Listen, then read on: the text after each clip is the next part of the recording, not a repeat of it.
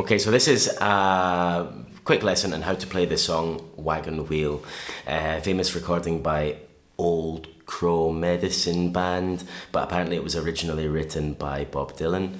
Interesting to know. There are only 4 chords in the song. It's a nice easy one, a good beginner's song, and they're some of the first chords that you probably learn. Now you'll notice I'm playing the song in the original key, as far as I know, which is in the key of A, but I'm playing it with a capo on the 2nd fret here, so all of the chord shapes are based on the key of G. So we're going to use a G chord. I'm playing it with 2 fingers down here, a D chord,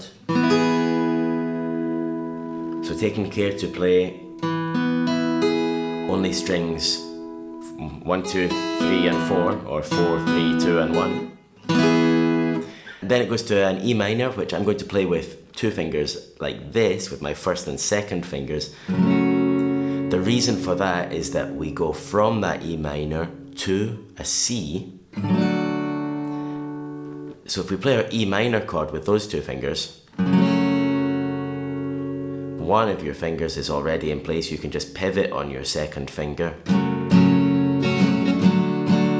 You see how my 2nd finger stays in place there? There's no need to move it at all.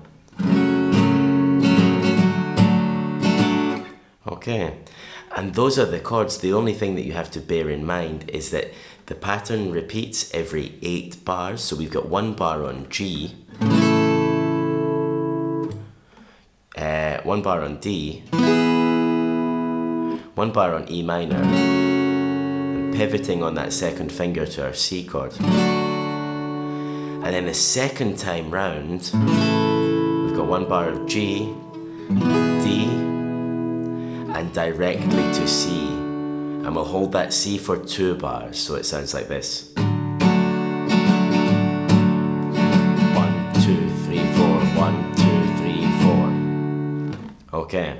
Now the main difficulty that students might have with this exercise is maybe with the rhythm, so it's worth taking a little look at the strumming pattern, at the rhythm that we're strumming here. I'm going to hold just a G chord for the moment to show you the pattern that we're strumming slowly. It's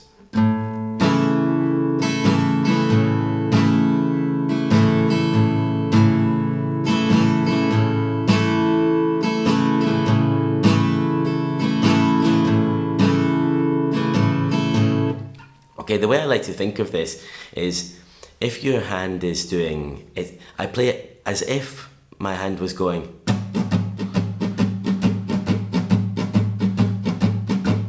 constantly, but then some of the beats you're not touching the strings, right? That helps you to keep the rhythm. That's the way the pros do it, right? That's the difference between an amateur and a pro, is that you see that the pro's hand keeps moving all the time.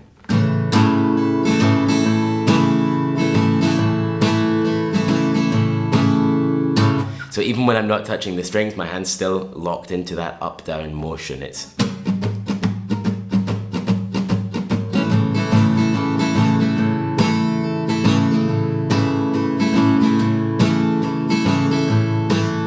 so you're hitting the bottom strings, top strings,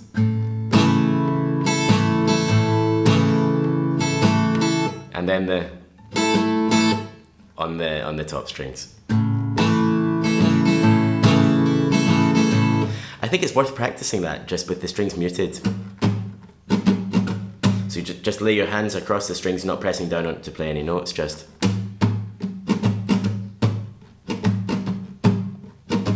until you've really got that rhythm.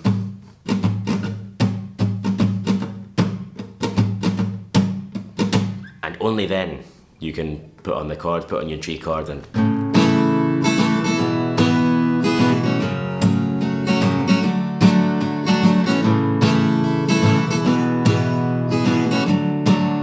so that exercise of practicing the strumming pattern with the strings muted is invaluable.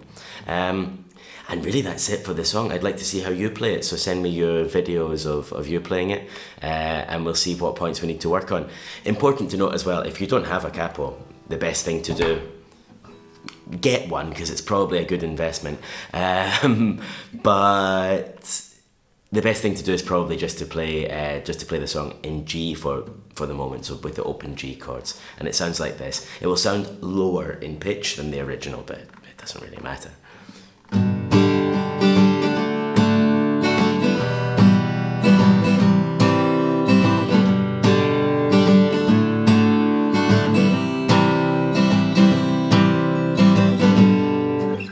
Okay, so it sounds lower, but it's the same shapes for your fingers and the same end result, more or less. Okay, any questions, let me know.